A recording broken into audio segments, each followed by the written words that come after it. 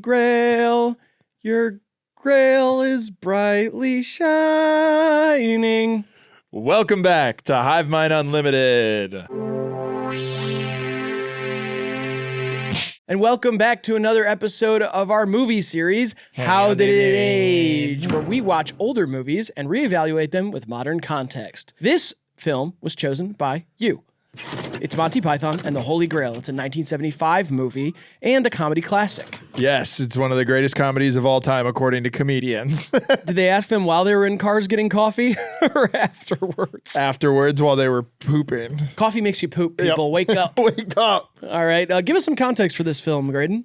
Sure, but if you want to vote on what movie we watch next, you can join our Patreon or YouTube membership, and then you get to choose every week. You can vote, and then we will watch that, whichever one's the most voted. Yeah, and it's open-ended voting. So like we said before, this was submitted 10 times. It was tied with another movie, and then I polled our Patreon between those two movies. Yeah. But you can really say any movie you want, and if there are 9 other people like you in our Patreon or YouTube members, then you have enough sway to get it going. Yeah, then you'll see it pop up here. Yeah. And honestly, it's not algorithmically advantageous for us, but this is a movie club. We want to do it about what you guys, the people who are willing to support us on there, want to see us talk about. And so we're willing to do whatever it is. The other movie that tied with it, nobody would have clicked on it. No. But we would have done it if it won the poll. Algorithmically advantageous. Yeah, I'm teaching you things. I love it. I love words. Now teach me things about this movie. Okay, girl. This is directed by the two Terrys, Gilliam and Jones. And it is technically Monty Python's second movie. The first one was like a composition or a compilation, rather, of a lot of their skits. This is their first original script. It stars the likes of Graham Chapman, John Cleese, Terry Gilliam, Eric Idle, Terry Jones, Michael Palin. Sarah's brother. Yes. With about 282,000 euros, this movie grossed 2.3 million euros, and upon re-releases has made over 5.5 million monies. It is universally beloved, as we said. It's 8.2 on IMDb, and 92% on Rotten Tomatoes, and a 4.1 on letterboxd. It's deserving of all those high praises, maybe even more. The coolest fact I found in looking into the production of this movie, it was hard to get money for it. No one thought this movie would work, a comedy epic, at the time. I was like, these guys are crazy. They're sketch comedians. They can't make a movie. So the people who put the movie money up for this movie money were Led Zeppelin, Pink Floyd, Ian Anderson from Jethro Tull, and Elton John's record company.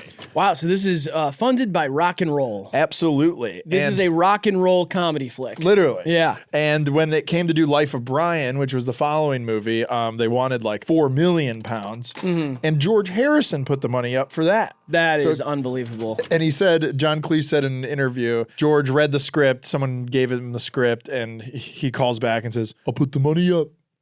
And they say, "Why?" And he goes, "I want to see the movie." Wow. He just wanted to see it. Yeah, that's great. It is amazing. Oh, you already did the rest of it? Yep. Oh, okay, cool. Listen, I know you guys are all looking at me like there should be a synopsis. You got to tell me what happens in this movie. I forgot to write it. I sat down. My doc still has the synopsis that I wrote for Borat on it. Yeah. This isn't Borat. I don't think so. So this movie is it's a comedy movie. Yep. And it's about King Arthur going around trying to get his round table knights together to go take over a castle or whatever. It's the comedic retelling of the quest for the Holy Grail, which was led by King Arthur and the Knights of the Round Table. Yeah, and they're trying to find the Holy Grail, but first King Arthur has to go around and try to round up his knights. The best knights of all Britain. Yeah, and then they got to get to wherever the Grail is. Stone. Yeah, and many hijinks ensue along the way. Yes. And it's British. It is British. Very British. Yeah, and then they run into all sorts of obstacles, and it's a fantastic flick. You should definitely watch it. And it is just an amazing feat of what you can do with very little money. Yeah, I said to Graydon, I was like, rewatching this, because I've seen it many times as a child. I had not seen it in a long time. And rewatching it, I was very nervous going into it that it was not going to hold up, because I watched it a lot as a kid and quoted it, and I was like, this isn't going to be funny. It's from the 70s, whatever. Rewatching it filled me with a lot of hope of like, I have aspirations to make a movie someday. And I've always thought, well, it's pretty difficult. You need a lot of money. Yeah. I'm not that good at going around and asking for money. And I was like, this looks achievable. Yeah, and like- it's less than this is what it would take now because it's filmed on like, whatever cameras. Right. It's just about like locations and actors and stuff. Yeah, we wouldn't need 40 millimeter film, and we don't even have to know Led Zeppelin. No, and most of those guys have passed on. And so asking them for money seems wrong. you know? Because it's like their family. I just feel like nobody would answer. Yeah. If I try to call John Bonham right now, he's not going to pick up the phone. No, the heaven. But no. No phones in heaven. No phones in heaven. Remember, that's a rule. Yep. Unless you're Episcopalian. And then You get 'em? Yeah, that's the only one that, like, canonically, there are Like phones your in iPhone? heaven. Yeah, they have iPhones Really? up there, yeah. Okay, cool. Yep. T-Mobile has good coverage up there, too. Well, that makes sense. Verizon's a bit spotty, but Sure. that's what happens. Clouds. So Stuff. They still have Singular up there, too. I know Yeah. that's an old one. Yep. Because they merged with AT&T, I think, but either way, It they didn't still got, go- it hasn't beamed up there yet, but that's just for Episcopalians, so Cool. keep scrolling, Catholics. I too have seen this movie a bunch as a child and was very pleased with how it aged. And in fact, I feel like I haven't seen it in like 20 years. And there's so many jokes I didn't even get as a kid. You know what I Oh, mean? totally. There's Yeah. like, we'll get into it, because Yeah. I thought the same thing. I was like, oh, that's what that joke means. Right, yeah. Let's get into the best lines of the movie. This movie is full of quips. Full of quotables, too. It's Big one of time. those that even sometimes now people will quote it, and I forget that it's from this. Yeah. Definitely "'Tis but a scratch." Yep. That one I hear all the time, like, just a flesh wound. "'Tis Yeah. but a scratch." I forgot that was from this movie. I get it mixed up. Yeah. Also, I will say, Spam-A-Lot, the musical, Yes. is kind of the same thing. Yeah. It's like a very similar, like, I forget if it's like directly based on it, think but it I is, think there's some yeah. of the same lines. Yep. And I get it mixed up because I saw Jacob Sigmund be Robin in Very, that. very talented young man. Yeah, a super talented actor, performer, musician, Yes. and friend. Yes, very talented as a friend. Yeah, he's a great friend. Yeah, Spam-A-Lot came out in 2005 and then kind of kept this movie in the zeitgeist, you know? Yeah, one of my favorites from the beginning of the movie. There's a lot of the bring out your dead. Everybody Yep. quotes that all the time. But that scene at the very end of it, they go, who's that? And he goes, must be a king. And he goes, why? He goes, he hasn't got shit all over him. Yes, that's good. I love that line. That scene is so gross. Oh, it's disgusting. Disgusting. I love when he brings out the alive guy. Yeah. And he's like, this one's not dead. And he's like, I'm fine. I feel happy. I love when he says that. Yeah, it's great. Also, when King Arthur asks the Black Knight to join his round table and he just doesn't respond. Yeah. I love that he goes, you make me sad. Because there's like, obviously that scene gets talked about a lot. Yeah. There's so much. It's like the fight Yeah. and everything. Like, I have quotes from the fight here. Yeah, I have the go "'Tis ahead. but a scratch, just a flesh wound. I'm invincible." And then he goes, "Oh, running away, I see." Yep. And that's when he has no legs and no arms. I love when he loses his last leg. He goes, okay, we'll call it a draw then. I'll say that one. Like if someone beats my ass in a game of pool or something. Right. All right, call it a draw. Fair. That is such a legendary scene, though, Yeah. because it really is like he just keeps fighting, and you could tell the apprehension that King Arthur has. Just Yeah. there's such a great like comedic exchange going on there. What are you going to do? Bleed on me? And he's like, here comes a kick. It's like just little kicks. And you really think the Black Knight's gonna be a character? Like Right. when it first happens, you're like, okay, knew this guy's gonna be in the round. He just fully loses all his arms and legs. I was like pretty impressed with the actual sword fighting with the opponent that like King Arthur's watching from a distance. Yeah. Like that little fight, there's like a couple kickoffs and like there's some like good moves in that where I was Yeah. like, oh, they like worked on a little choreography for this. They're dancers. Yes. First off, all the peasants and stuff on the countryside are just digging up mud with sticks. I love that. As like everyone in all the towns and all the poor people are just doing these weird like remedial tasks. They're like gathering piles of mud. Yeah, and spouting off about modern day politics Yeah. in a way. Like they're just talking like a poli-sci major or Right. something, like going through It everything. says like we're an anarcho-fascist commune. Yeah, they're just like the conversations in contrast to the setting Right. and when this is supposed to be is so funny. Yeah. The one peasant is arguing with King Arthur. He's like, who made you king? And he's like, the lady of the lake rose from the night and bestowed upon me Excalibur itself, and like by the powers of the gods. And he says, strange ladies lying in lakes distributing swords is no basis of a system of government. Yeah. I love that. He goes, I didn't vote for you. He goes, we don't vote for kings. Like, they're just explaining how it works. But I'm being oppressed. Yeah, I love that. I love when they're listing all of the knights. Yeah. At the beginning, like when it's the, storybook stuff. So they're showing and they're like, there's Sir Galahad and Sir whatever. And they go, and the aptly named Sir not appearing in this film. Yeah, and it's like a baby's face. Yeah, it's like yeah, that stupid little joke thrown in there because you don't need it. It literally could just be a human, but they were like, you could tell they would definitely be like giggling to themselves, like, what if it was just a baby's face? And it's still Sir. Yeah, the aptly named Sir not appearing in this film is so good. When they finally get all together and they're like, let's go to Camelot, and they like look on it, they look at it from afar, and he goes, on second thought, let's not go to Camelot. It is a silly place. It is a silly place. Oh, it's after the song that they do that. Yeah. Yeah, it's they sing a whole song about going to Camelot. And then he goes, on second thought, let's not go to Camelot. It is a silly place. It's so good. It's fantastic. They do that a lot. They have like big fanfare for things and then fully bail. Yeah, just back right out of it. Yeah. Speaking of scenes that were different to us when we were kids compared to now, it's when Sir Galahad, his part of the story, when he goes into this castle full of women who are definitely like sexually repressed. They haven't had a man around in a long time, and they're all just extremely horny for Sir Galahad. And he says, my name is Sir Galahad the Chaste. And she goes, my name is Zoot. Just Zoot. And then all the other names, it's like Winston and Piglet and all these ridiculous names. Yeah. So are they really doctors? They went to medical school. They just need him to stay there, and like he's getting like taken out. They're like, "You're in danger." He's like, "Well, I could stay for a while. Like, pretty sure I could fend them off myself." He says it's too perilous, and he says, "Let me get a little bit of peril." Yeah, it's so good. I love when they first encounter John Cleese, who's playing the Frenchman, the French taunter. Yeah. Also, a couple of these guys play like 9 people in this film. They just kind of bounce around and reappear. They're asking John Cleese why he sounds like that, and he says, "I'm French. Why else do you think I have this outrageous accent?"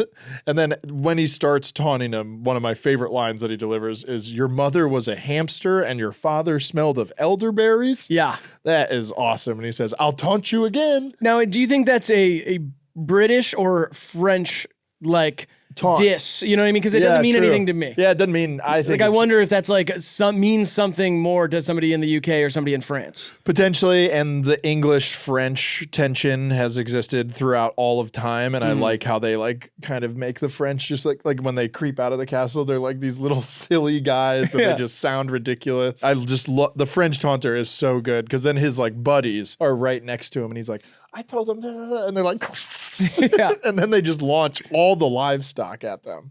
Yeah, which is just awesome. I love the get on with it part. Yes. That one's so good. They were gonna cut this scene. Yeah, she like breaks the fourth wall, says they were gonna cut this scene, whatever, and then like, better than a string of pussy jokes or whatever. Like, at least our scene wasn't a string of pussy jokes. And then they go, get on with it. Get on with it. And it just cuts to other people. It's the whole army. Get on with it. Yeah. Everybody in the movie is like, just do the scene. Get it over with. I love that they had to film that in my mind. I was like, it's funny that they like finish a scene and be like, all right, now let's do you doing get on with it. We're going to make sure that we get all of those, every scene in the movie. Yep. I also love John Cleese's physical comedy as the French guy as they approach with the Trojan rabbit. Yeah. He sees the rabbit and he's like,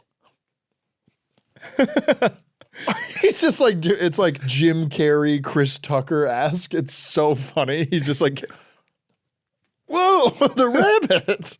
And then that whole exchange, once they wheel it in, he's like, all right, now what? And he's like, all right, me and Sir Galahad will jump out. He's like, what? He's like, yes, we'll jump out under the cover of surprise. And that is just awesome. Yeah. I love also when, is it Lancelot who kills everybody in the thing? Is that Lancelot? Yeah. Lancelot comes storming in and just killing everybody. And all the killing is hilarious because he's just kind of like bumping people with the sword and everybody's dying everywhere. Finally gets up there and then he realizes that he wasn't supposed to do that or whatever. And they're like, did you kill all those guards? And he goes, I love for some reason just the way that he's just like, yes. Sorry. He like is confused or like out of it or something. I love that. And then he goes, you put a sword through the father of the bride's head. And he goes, Oh, is he all right? Just the absolute nonchalance is fantastic. Yes. There's a couple other lines from the Lady Castle that I wanted to mention. Yeah. When Zoot is introducing him. We are but young blondes and brunettes between the ages of 16 and 19 and a half. I love that line so much. Yes. Blondes and brunettes. For some reason, it feels so modern. Like, I'm like, that's a hilarious way to talk about 16 and 19 and a half. No one's 20. Don't worry. Yeah. And then Zoot is like an older woman. Like she's like a 30-something-year-old woman. It's so funny. And then as he's leaving, they're like, but after the spanking and the oral sex, like they're being punished with oral sex and spanking. And they're like, spank me, spank me. I have one more line just from the end of the movie. Yeah. When they're waiting to go into the cave and they know there's a beast in there, and King Arthur's about to go in there and he says, keep me covered. And the knights go, with what? He goes, just keep me covered. It's because like the idea of like there are no guns. Yeah, it's like give me gunfire. With what? There's like an outdated, like they're ahead of it. And I love that. Yeah, I love the prince who is faking as the princess that Lancelot goes to save is just the snotty little son of this Scottish like lord. Yeah, and all he wants to do is sing. And when he's complaining, he's like, you realize when you're older, you'll inherit all this land. He goes, but I don't want land. Everything he says. And he goes, she has huge tracts of land.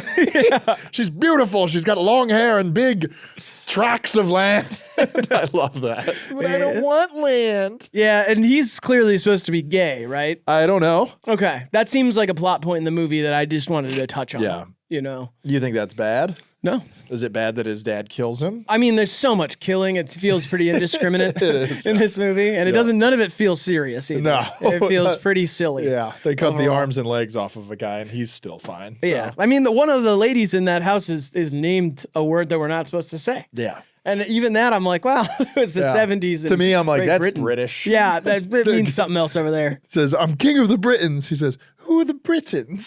You are. Yeah, you keep saying king of the Britons, which I love. Literally every line. And this is so good. There's so many good back and forths. And it's like just that classic British dry comedy delivery. Lines that like aren't even meant to be funny. Yeah. Or like punchline-y are just like so goddamn good. Yeah, I saved a lot for scenes too, because there's like full exchanges that are really funny and things that I quote, but it's more about like the scene itself. Yeah, let's get into scenes. Take one of scenes. Oh, God, I hate it. I mean, we can go pretty much chronologically through all these scenes, I feel like, and there's a good something to say about most of them. Yeah, I'm going to start with the opening credits. Yeah, great. This I don't remember, and maybe it is as a kid we skipped them or something, but I didn't remember it all the way. I had like a vague memory of it, but I was sitting down and watching and was like, I forgot how long the opening credits are and how goddamn funny this is as a bit.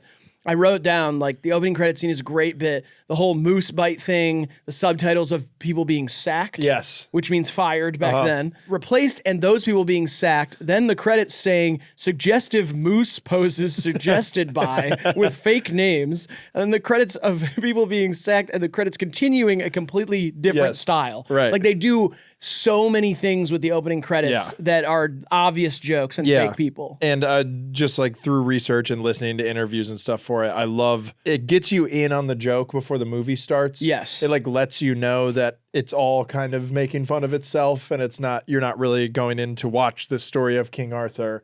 You're going in to watch guys pretending to be the Knights of the Round Table just to make jokks. Yeah, and there's no ending credits. No. It's just the beginning. It gets it all out of the way at the beginning. Apparently they're making fun of Ingmar Bergman. Okay. Who's, I don't know, some director. They were like making fun of artsy, long opening credits. I also thought I had a bad pirated version because of the subtitles in the beginning. Oh, yeah. I was like, I got to turn these off. And then I was like, like that's a future joke. You didn't even have that option back in the day to turn off subtitles. Yeah. And that joke is like working in new ways now. Yeah, the subtitles are messed up, and then they're saying that those people were fired because they were wrong. And like, it's just a whole thing. It's very funny, especially from like, just as somebody who like edits videos and has been doing this a long time, I'm like, it is always funny to just play with the expectation of people and like give a fake peek behind a fake curtain. Right. People like you assume once the people are on screen, that's when the jokes happen, but then everything else is just taken granted for. And when you can subvert that, it's just awesome. Yeah. Also, I always talk about the horse sound being two coconuts. It's awesome, yeah. It's a bit that continues the entire movie. Right. It would have worked as just the beginning, but they literally do it the whole time. Yeah. Like you hear it and it's like coming up over the hill and you're like, okay, here comes a horse. It's just a guy who's only there to do the two coconuts. Necessity, the greatest inventor of all time. They just couldn't afford horses. Yeah. And one of them thought about it and was like, we should just do coconuts. And then that spawns like one of the greatest exchanges in any comedy movie ever is like the arguing about the swallow. Oh, yeah. Which they bring all the way back around with the bridge guy at the end. With the riddle. Yeah. And he goes, well, I guess I don't know. Yeah. And he flies. It's just unbelievable. Because you think it's a bullshit conversation at the beginning of the movie, and then the fact that it actually ties into something, it like doubles down on the laughter. And I quoted that a ton as a kid, like the differences between the African swallow. Yeah. It's like something that me and my parents would just say to each other. Same. Yeah. And I love when he goes to get Lancelot, it's during the scene where they're trying to burn the witch. Yeah. Which is, we can talk more about that scene because that has a lot of brilliant exchanges in it. Yes. Why does a witch burn? What else burns? Wood. Yes. Yeah. And what floats? A little rock. And they're like, a duck. It goes, duck. I said like the formula they come up with. This is brilliant. Just like, it does feel like they're commenting on just figuring shit out in this like ancient time, you know? And this medieval time where it's just kind of like, okay, well, we're making decisions based on what we can see with our eyes. And this like doesn't mean anything. And then they just weigh this woman next to a duck and the scales are wrong. So afterwards it's like this. And it like justifies Lancelot as being this like man of science. Yeah. Because later he's telling King Arthur about stuff and he's like, you know so much of the world. But like as you enter Lancelot's village, they're bringing the witch up and there's a guy with a shaving cream beard. Yeah. Like that's just one of the villagers just has shaving cream on and he's like about to start shaving and then he joins the witch thing. I love that detail. And also one of the knights in the village, it might even be Lancelot, who I don't think was even at the original taunting. He's measuring something with a coconut. He's like tying something to a bird. So it's like another little hint at the swallow argument as if it's like almost spread throughout the whole nation. And people are like, well, let's see if, let's test this thing.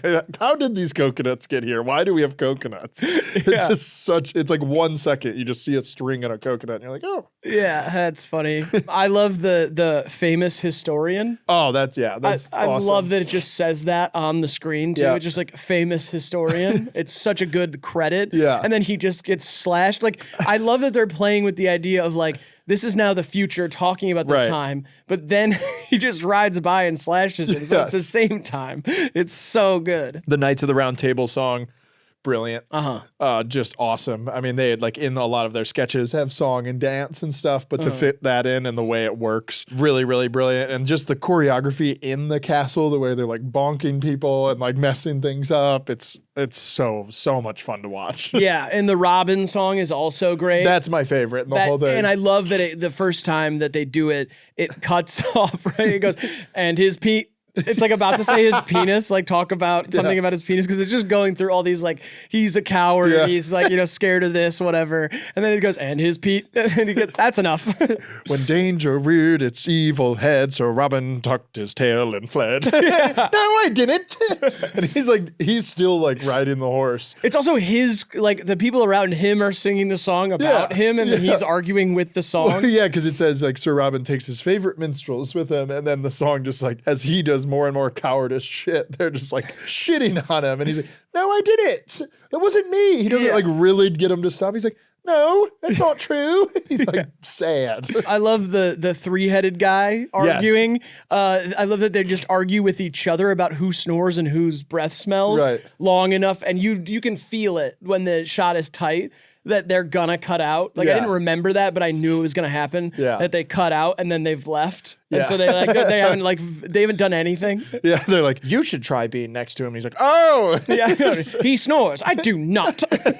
Your breath stinks. I think maybe the most memorable scene, at least for me going into this after not watching for almost 10 years, is the Knights that say knee. Yeah. Which is just, it's just nonsense. Yeah. knee is nothing. And it's just like this, it becomes like this evil word because even when they go to look for the shrubbery in the nearby town, the word like hurts that old lady. Yeah, the word hurts the old lady, and the word that hurts them, the knights who say Nia, is it. Is it, yes. Or is. It's like one of the... I think it's it. It. Yeah, so like it's just this weird rule. Which they definitely say in the first thing. Yeah, and then in the second part, he starts saying, he's like, I've said it again. He goes, stop saying that. Yes. And just, I always do. The knights who say me. The way the old lady is hurt by the word is so good and so dramatic. Like, it's like the sun being too hot. Yeah. Oh. It's like, are you saying knee at that old lady? And when they walk up to her, she's like beating her rug with a cat. Yep. It's like, she's using it as like a duster. These useless tasks that everybody's doing are so funny. And the obvious turn with the knights that say Nia is like when they go, we don't say Nia anymore. We say icky icky. I can't even do it. Icky icky icky icky chabang. He tries to like add one last thing on the end, and it just, you can tell it's like mumbled. Icky icky icky kabang. Yeah. And then they're obviously just trying to get them to do remedial tasks so they can like remodel their zone of the woods. It's like, another shrubbery, so we can put it up here so we get a nice 2-layer effect. And then after that, you'll cut down the greatest tree in the forest with a herring. And then you kind of see like the fear get wiped off of the Knights of the Round Table's eye. They're kind of like, oh, they're just making us do chores. Yeah. Because in the beginning, it's Arthur's like, most never live to see it or tell the tale of the Knights who say knee. And then once they talk to him long enough, they're like, these guys are just trying to get us to like remodel their house. Yeah. I love that. A nice 2-layer effect. Yeah.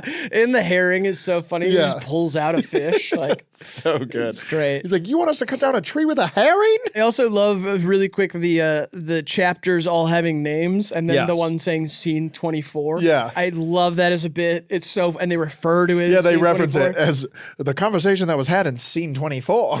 Like as they're going through the winter. I also love when the guards just can't understand making sure that Herbert doesn't leave the room. It takes 10 minutes. Their smile. It is unbelievable. They're explaining, he's like, now you stay here and make sure that he doesn't go anywhere. And then he's like, okay, I go with you. And he's like, whatever. All right, we don't enter the room. No, you stay in the room. And then he's leaving and they go, what are you doing? We're going with you. He's like, no. They just can't get it to make any sense. And then the prince is writing a message, which he's apparently not, like he's trying to get a message out. And the guards are just looking at him like, and he's like, and then he ties it to a bow and arrow. Flings it out, and the knights are like, it's not like he's doing it while they're not looking. They're looking, nodding, and smiling. They're just like smiling in admiration. They're like, that's the prince. That's our little prince. I think we're doing our best job. This is what we were supposed to do. And then it hits, message for you, sir. He falls down. Oh, it's such a good bit. I love, this is like such an early example, and it's a bit that's been done so many times before, but when Lancelot is charging the castle to save the princess that he thinks is up there, right, it just repeats the distance run. And again, it's these stupid fucking guards at this castle who are like, and they can see him, and then it just switches back and he's just as far away. And then it switches back, and it does it like 5 times. And by the 5th time, he's not any closer, but then it cuts to the knights, and then he's there. He just jams a sword. Yeah, and they're still looking far away, and he just shows up. I was losing Even the knight next to him, his partner gets stabbed, and he's like watching, and Lancelot runs in, and he goes, hey. It's like, so what? I don't want to jump ahead too far, but the riddles at the end. Yeah. I love just the cadence of that. Yes. Kills me every time he goes, what is your favorite color? What? He always starts with this big what. Is your quest? Yeah. What? Some of the questions being objective and some of them being subjective. Yeah. Like you really think you're getting this like cupcake-ass quiz. And then he gets up there and asks him something that he clearly can't answer. He gets bolted out. Yes. And then they trick him with the swallow thing. But like it really is just the performance of being like, what? Yeah. And then doing it. It's so good. Tim the Enchanter. Oh God, yeah. Tim the Enchanter. That's kind of a scene that I feel like like I didn't really appreciate as a kid because it doesn't have like as many like tight like quotables, but it is just he's just like this useless showman. Right. He's like, they see him on the hill and like fire's coming up and they're like, that must be the enchanter. And then they go up and his name being Tim is hilarious. Yeah, the pause that you get before that where they're like, well, what are you called or whatever. Yeah. And he's like, Tim. Like it's just such an unintimidating normal name. It's and then so between funny. like each answer he's giving him, he's like doing a little fire trick. And then when he shoots the tree, they're like hands back to the boys and they're all kind of like, and it's like how you would look at your friend when like a street magician does a good magic trick. You're like, well, pretty good. Yeah, sure. Give him some money or something. I don't know. And he just has like the most obvious like bald cap on with ram's horns. Yeah. So good. It's such a weird character. Like I mean, everything's unnecessary, but that feels particularly like a ram wizard enchanter named Tim. Who just kind of like tells him a little bit of where to go. Yeah. It's just kind of a random direction. Like it's not anything they really needed to do. It's so weird. And then he prefaces this beast in the cave that they must go into. Yes. And this all around, I think globally throughout time, the most iconic scene of the movie is this white rabbit that guards the cave where the Grail is. And they get there and they're just so unconvinced. And then the way that sucker flies and attacks people, the puppeteering of that scene is so funny because it's so bad. It's so fake. And then they cut back to the real rabbit covered in blood, like having the blood all over it. And it's so... like, yeah, it's like shaking it off. It's really, really funny. Yeah. Even now, I worried also that like specifically that about halfway through the movie, I was like, well, we're gonna see like a fake rabbit attack everybody. It's not. It's hilarious. It's so funny. And then you get I think it's like the third time Arthur delivers it. He goes, "Run away!" He just tells them all to get the hell out of there. Then they get back. The rabbit doesn't follow them. And then you have the holy hand grenade, which is like there's like this group of people that's kind of always behind them, like their little travelers, and the way they bring that out with like the smoking ball. And it's supposed to be like church. Yeah. It's like the incense thing. Yeah. And then the rules. Yeah. Oh, the rules is like I was dying laughing, like because I watched this and then Graydon watched it and he was watching it here yesterday, and so I like peeked in at this moment, and it is like, and then he shall count to 3. 3 shall be the number that he counts to. He shall not stop at 2, nor should he go to 4. The number then being 3 that he must count to. And then when 5 is right out. It's so good. They take forever to have conversations in this movie, and every time it's funny. Yeah. Like you think you'd get annoyed and you just don't. No, because it's like there's all these. The big joke is just like that back in the day, or like historically, there's all this to do and like bureaucracy or semantics or like little things just to go through, and they just have a field day with like all of that, like the fanfare and it's ceremonious. Yes, everything is ceremonious. Everything is like there's rules to how everybody speaks and presents things, and they are just poking at it the whole time. He pulls the pin and is like 1, 2, 5, and the person behind him goes, "Oh, 3, 3." Yeah. Even that, I thought, I was like, if I were a part of it, I would have said, just do 3. Right. It's funnier that. Oh, they just couldn't help themselves. I know, they couldn't help doing 5 there and then go, oh, no, 3. And sorry. Yeah. And then to that, the holy hand grenade destroys the rabbit, and then they're able to go into the cave. Yes. Yeah. And I feel like briefly we should talk about a lot of the illustrations. Yes. Because they are so like 70s trippy, but like they are storybook, and they fit a lot of jokes into there too, which I really love. I love the dude who flips upside down and his ass comes out. Yeah. And the dude's hands on his butt and he goes, oh, he's like kind of aroused. I love the seasons one. Yes, when it goes, it's like they winter, autumn. then spring.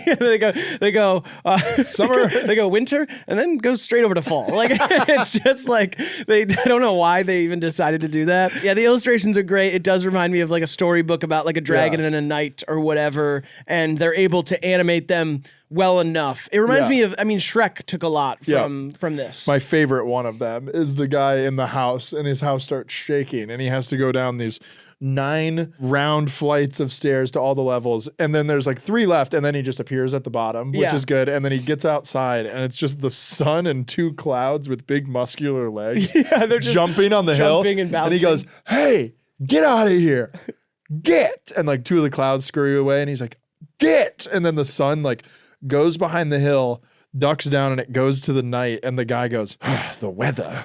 Like he's like, they made like a complaining about the weather joke, but it's just if the sun had big legs and was bouncing. It's such a weird joke. It is like, you know, the stories that your parents would tell you growing up about like thunder and lightning. They'd be like, that's angels bowling in heaven or whatever. Yeah. Like that type of thing. It reminds me of that, where it's like, this might be the way that they reasoned with what weather was back in this time. Which it's so good. I love that one. And then the monster chase scene is all illustrated too, which is really good. Yeah. The intermission when they're crossing like the swinging bridge gets me every time, because you really do think this movie can't be just halfway over, right? Because I'm like, maybe movies back then had an intermission, like I don't know, but it just is like this flashing happy intermission. It's that organ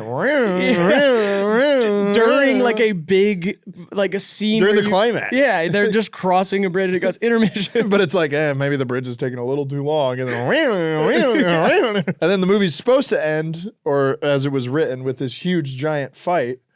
And they ran out of money, and so they decided to just arrest King Arthur. The modern day cops show up. Cars. Yeah, cars. Pull into the scene, because you get a sense of that because there is like an investigation going on. For the famous historian. Yeah, and like, it's like feels like there's, I don't know, it doesn't feel, there's a car earlier on. And then this time the car just pulls into a field where they're having this fight. And it really pulls the curtain back, and you're like, oh, these motherfuckers are just like LARPing or something. And then they just arrest this. They're like, it feels like a war reenactment being busted by the police. And the leader, like the guy who's like playing Hitler, like actually did bad things. It's like, put a bag over his head too. And he's like, all right, party's over. And then they're like, oh, some weapons. They're like making fun of the swords and shit. That's maybe the one criticism I feel like I saw throughout the internet was like, oh, I wish it had like a proper ending.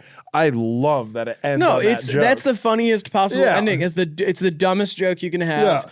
It still surprised me when I watched it this time, because I was like, how does this movie end? And then I was like, oh yeah, they get fucking arrested by cars. Like, it's just not, I don't know. I love that the whole thing is a joke. Yes. There's nothing serious to take away from this. And so it's great that you have that to just pull the curtain. Yeah. And like they used one castle for this that they just shot from different angles, and like one miniature. They didn't have horses, so you get the coconuts. They couldn't afford to shoot the final battle scene because the majority of the extras were like tourists in that area of Scotland that they were shooting, or like college students that would just do it for free. And that's why John Cleese plays 7 people in this. Just this ragtag effort, and like that made for, if they had £1 million for this movie, it wouldn't have been as good. Yeah, I agree with that. So I think that's just so cool. Who do you have for best performance, Riley? I put Graham Chapman. Yeah.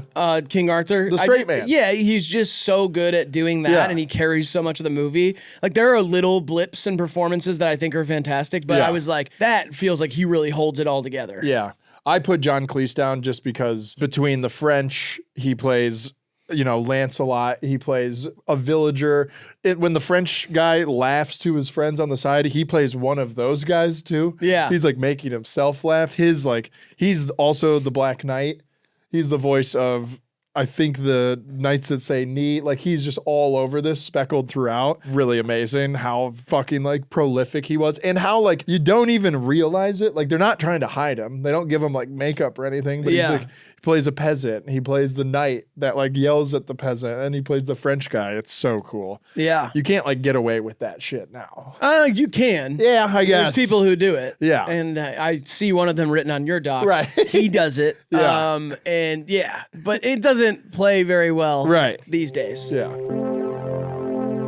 I said I think it's less in the zeitgeist. Yeah. Like, I think what works about it so well in the 70s is that a lot of movies and a lot of novels were about this time and about this is such a famous story. So parodying it, like, you almost have to just parody something else. Yeah, and I also feel like in 70s, like British culture specifically, because of how like old British culture is, or English culture. And then you get the 70s and like sexual revolution, you know, arts revolution. A lot of this like rejected kind of that old pompous, you know, like bourgeoisie you know, not to use a French word, but they're like making fun of the old rich English ways. And I think the parody of an old timey valued story and making a joke out of it was like so on point at that moment. That's what makes it so great. Yeah, I pretty much have the same thing down. I'm like, the anti-movie effect doesn't really hit like it used to because film itself is so established. Yeah. You know, this is like 40 years into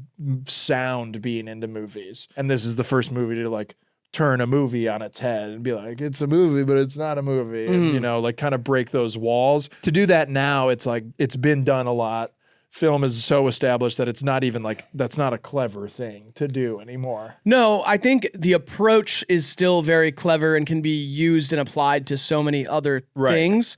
But I agree, like the 70s, like the whole point of this movie, I mean, the point is to make you laugh, but the idea of the time is like, look how ceremonious all of this is. Let's totally poke fun. Let's like, you know, take the piss out of this like thing that is often seen as like an epic. Right. And they do that. And I think like we've done that in America. Yeah. They've done it in film all over the world because of movies like this. We've had so many other ones that I'm kind of like, what does parody look like in 2025? Yeah, there's just different expectations that need to be subverted. Like this one on a big grand scale doesn't cut as much just because it's well-worn territory. Yeah, I think like making fun of traditional values in American film is still like happening. That's still a thing that people do. Yeah. I think like now there's so many things that are current. Everybody's kind of focused on what's currently going on in film and trying to make fun of that. If they're gonna make fun of something, it's gonna be something from the last 25 years. That's what it feels like right now. Like we're gonna get the thriller and horror movies that are being made with some sort of social or political message. We're gonna get the parody of those. Yeah. Where it's like heavy-handed stuff. Yes. Or we're gonna get these like, you know, we're getting parodies of like the Alien movies of the last 15 years that have kind of redefined what an alien movie is. Yep. There's always going to be stuff, but I feel like the lack of parody comes from the fact that everybody's already done all the old stuff. So now that we have to find new things to make fun of. I mean, I said that Almost Friday does stuff like this and that it works. They do it well. It's not really my style of thing. The only reason I really like Monty Python is because I saw it as a kid. This one specifically, I saw it as a kid and quoted a lot. Right. But I don't like the thing that it's parodying. Yeah. And even the new versions of that, like a Game of Thrones or something. I think the only like troupe that could have ever done it would have been like Whitest Kids You Know. They gave me such a Monty Python vibe, like in their heyday, just like they did a lot of historical stuff, the way they did voices and cross-dressed, and they were like kind of baked more into that like traditional, but obviously, you know, Trevor has passed and Zach Kreger's directing badass horror movies now. Yeah, I think like when I think of my, you know, sketch crews that I was into, it was like the State and early SNL stuff. They didn't really do a lot of, you know, history stuff. It was not really that. And so I think Almost Friday does a good job at it. Yeah. That's the stuff that doesn't hit for me as much as their more like modern take on thriller, you know? I put Eddie Murphy as all the characters. Yeah, and that's who I was talking about earlier who was on your doc. Yeah. Eddie Murphy just doing like a historical parody movie where he's the knight and the peasant. And I mean, I know he's a little older now, but I think he could still pull it off. I think he's done joking around, man. Yeah, it doesn't seem doesn't seem like he's... Now he's like holding pictures of himself and being like, Eddie Murphy in the 80s. Yeah, he's not silly anymore. He's fucking cool though. Oh yeah, I mean, for sure. He's cool as shit. I hope I'm like him one day. I don't think you're anything like him. Damn it. Yeah, sorry, man. He was on SNL when he was like 19, so. Yeah, he sure was. And he like lived in Rick James' house, so yeah, you're right. I'm fucked. I'm unk. You've probably done as much cocaine as him. No, well, he never did it. He didn't do it at all? No. He was just there. Yeah. It's in his Netflix documentary, which everybody should watch. It was really great. He was like, yeah, people never believe this, but Eddie Murphy in the 80s, most famous guy in the world, going to all these clubs with Rick James. He said, man, when they busted out the lines or started shooting up or something, I'd just go in another room. So that just wasn't my scene. I didn't dig it. Really? Didn't even really drink that much. Said Rick James has like a quote where he's like, yep, someone get Eddie a Coke. Like he wants a Coke. Yeah. Like Eddie's just like chilling. Because a lot of that time he spent being really famous. Sorry to go on an Eddie Murphy rant. He was so young. Yeah. And I know obviously back then people had 8-year-old concubines and stuff and people were getting high at 13. But yeah, Eddie was like, you know, a teenager in the clubs running around New York and just didn't party down like that. Well, that's good for him. That's why his girl likes to party all the time. That's why that's a sad song. My girl likes to party all the time, party. Okay, yeah. It's really a cry for help. Right. He doesn't know how to let loose. He wants a home girl that's chilling. He wants a girl that do laundry and watch Netflix. Okay, either he has to meet her at the party or he has to find a girl who don't party. Right. Fuck. It's really a cry for help. That's super tough. It's beautiful. Yeah. I think you can find a healthy balance there, Eddie. Yeah. I don't know if he's figured it out. I'm pretty sure he's married. He's married. Yeah. Okay. I just put the music's too loud. Yeah, the mixing in this movie, they hadn't figured it out yet. It's the 70s. I get it. It was a very low budget film, but goddamn, I had one hand in a bag of Chex Mix and one hand on the volume button. I was just back and forth. Down, up, down, It's Neil Ennis, I believe, that does all the original music for this, including the Knights of the Round Table song, which is pretty iconic. There's a couple classical songs in here. There's like a Wagner song that they use in either the intro or in the middle. And then the Brave Sir Robin song we both talked about I think that's probably like my favorite musical joke that goes on. Just the way it develops and like you hear them coming from far away and they're like, you get it like in the middle of a story and then he ran and then he did. It's unbelievable timing. I can't believe Led Zeppelin and Pink Floyd didn't put their own music in here. If you just had like Jimmy Page guitar over this entire movie, that'd be sick. A little Jethro Tull flute at one point. I mean, flute would actually fit. Right, that's what I'm saying. I think they could have made it a whole rock movie. Rock opera. Well, they did it with Spam rock a Lot. Opera. So. I wonder if the rock and roll funding had anything to do with the Spam a Lot, like, or if it's just like as a group they were like always culturally really tied to music, like how it became a musical in 2005. This is just a little interesting. Yeah, but they were singing in this movie. And it's a very musical movie. That's true. Because it does have a lot of those, like, what is that music called? It's like Gregorian chant almost. Yeah. In it, where with it's like, no. When they're hitting themselves with the fights. Yeah. And then that reprises. Yeah, it's like that. And it reprises later. Like, yeah, because then they appear as cartoons later. You see them in real life, and then you see them. They're like the monks. Yeah. It's like a monk chant. Yeah. Yes. Me too. Especially young people. Especially young people. Yeah.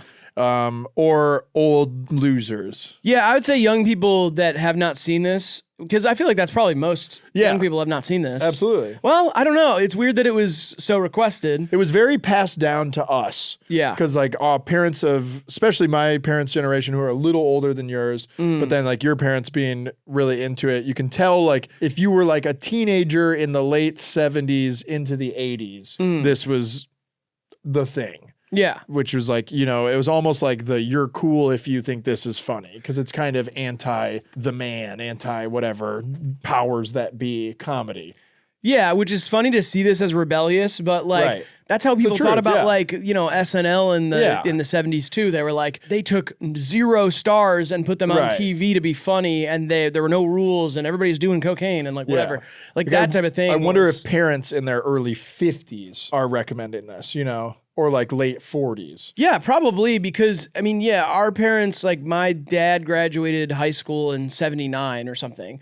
This is like right when everybody, like he was 15 when this movie came out or something, or 14. So it's made its way to us when we were children of like, look what we think is funny and got us. And then Princess Bride did the same thing later. Yeah. And it's also not like it's not vulgar, really. I mean, it has like... It has sex jokes. It has the one, the pussy jokes thing, and it like makes jokes out of sex, but it's not like taking a shit on people and like whipping your wiener out, or like it's not laced with a bunch of F-bombs, or it's just like, it's pretty clean. Like our parents felt comfortable. I watched this when I was like 8. Yeah. Like this was like, ha, you'll like this. Well, I think that's a lot of British comedy is like that. It can be nasty, but it's like, oh, give her a smack on her fanny. Yeah. You know what I mean? Like it's like not like I'm gonna smack her ass. Like it's like there's a little bit more cheekiness to the vulgar humor. So I gave it 4.5 stars, and I said, I can't believe England looked like this in the 70s. Yeah, I gave it a full 5 stars, and I said, I'm trying to see the director's cut where Galahad spanks Zoot. Oh, okay. So you want to see,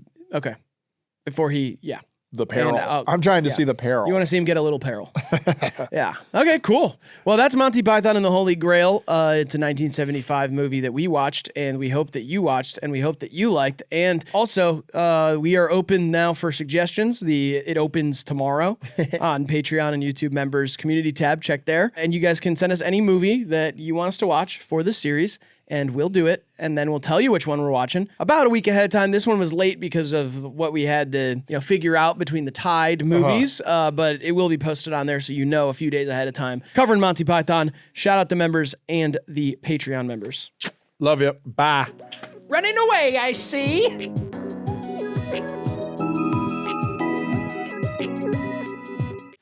HIVEMIND, How Did It Age? Monty Python and the Holy Grail.